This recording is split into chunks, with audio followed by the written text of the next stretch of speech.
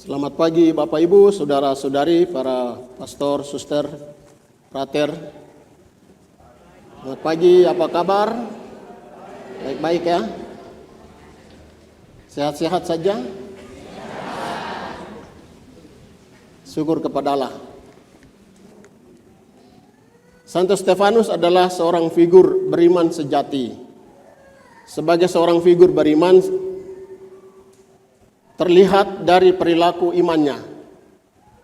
Santo Stefanus berani memberikan kesaksian imannya di hadapan orang Yahudi melalui penjelasannya tentang karya keselamatan Allah kepada bangsa Israel dan umat manusia yang dimulai dari Abraham, Musa, hingga memuncak di dalam diri manusia Yesus.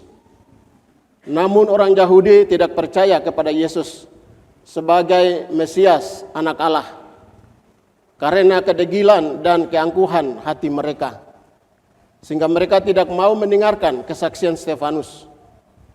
Karena itu mereka bertindak kejam kepada Stefanus. Ketika ia hendak dibunuh, ia menatap ke langit melihat kemuliaan Allah, dan Yesus berdiri di sebelah kanan Allah, sebagaimana dikatakannya, "Sungguh aku melihat langit terbuka dan anak manusia berdiri di sebelah kanan Allah." Pada detik-detik Stefanus dibunuh oleh massa, ia berdoa, "Ya Tuhan, terimalah rohku." Kemudian ia berseru dengan suara nyaring, "Tuhan, janganlah tanggungkan dosa ini kepada mereka." Doa Santo Stefanus adalah replika atau pengulangan atas doa Tuhan Yesus sendiri ketika ia tergantung di atas kayu salib. Yesus berdoa, "Ya Bapa, ke dalam tanganmu kuserahkan nyawaku." Dan doa Tuhan Yesus atas mereka yang menyalibkannya, "Ya Bapa, ampunilah mereka, sebab mereka tidak tahu apa yang mereka perbuat." Santo Stefanus adalah seorang figur murid Tuhan Yesus yang sejati. Seorang murid Yesus yang benar, bukan seorang murid Yesus yang palsu, tiruan, atau murid Yesus karbitan, atau murid Yesus yang bersikap abu-abu terhadap kebenaran imannya, atau murid Yesus yang menjual Yesus demi perut, jabatan, kedudukan, dan status quo. Tapi Santo Stefanus adalah seorang murid Yesus yang sungguh-sungguh sejati, sungguh-sungguh benar, karena keberanian mempertaruhkan seluruh hidupnya demi kebenaran iman yang diyakini dan diikutinya.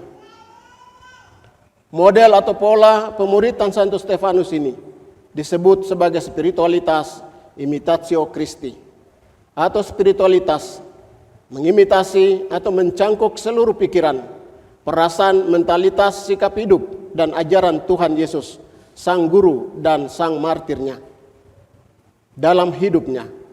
Dengan demikian dia menjadi Kristus yang lain, alter Christi, yang mampu menghadirkan wajah Kristus kepada dunia.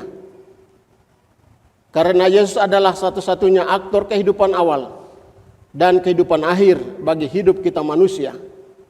Dialah Alfa dan Omega yang memerentangi sejarah perjalanan hidup manusia dalam perjalanannya menuju kepada kesempurnaan abadi.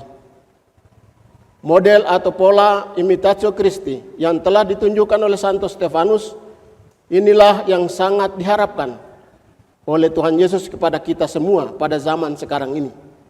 Sebagai pengikutnya, sebagai muridnya, sebagai orang kepercayaannya. Pertanyaan-pertanyaan penting yang kita harus menjawabnya dengan jujur. Apakah kita bisa seperti Santo Stefanus? Apa kita bisa menjadi murid yang bermental permisif saja? Atau murid yang bermental mencari nyaman saja? Atau murid yang bermental menggunakan nama Tuhan Yesus demi kepentingan diri sendiri, jabatan, kedudukan, dan status quo? Ataukah kita menjadi murid yang sungguh mempertaruhkan kebenarannya apapun resikonya? Sebagaimana Stefanus mempertaruhkan seluruhnya dan mengorbankan seluruh hidupnya, jiwa raganya demi Sang Guru, Sang Martir sejati, Yesus Kristus. Situasi Papua hari ini tidak baik-baik saja.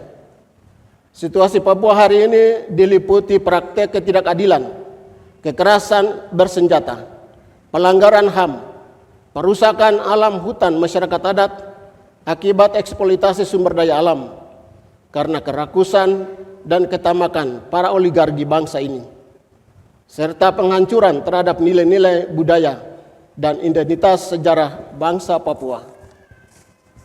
Pada kesempatan ini, saya memberikan aplaus atau pujian kepada orang-orang muda Papua dan non-Papua, para pejuang kebenaran, keadilan, kemanusiaan, keutuhan ciptaan yang berani bersuara, berteriak di jalan-jalan, di hutan-hutan rimba Papua, di dalam dan di luar negeri, yang menuntut penegakan atas hak-hak asasi dan martabat orang Papua yang dirampas dan diinjak-injak oleh para penguasa bangsa ini.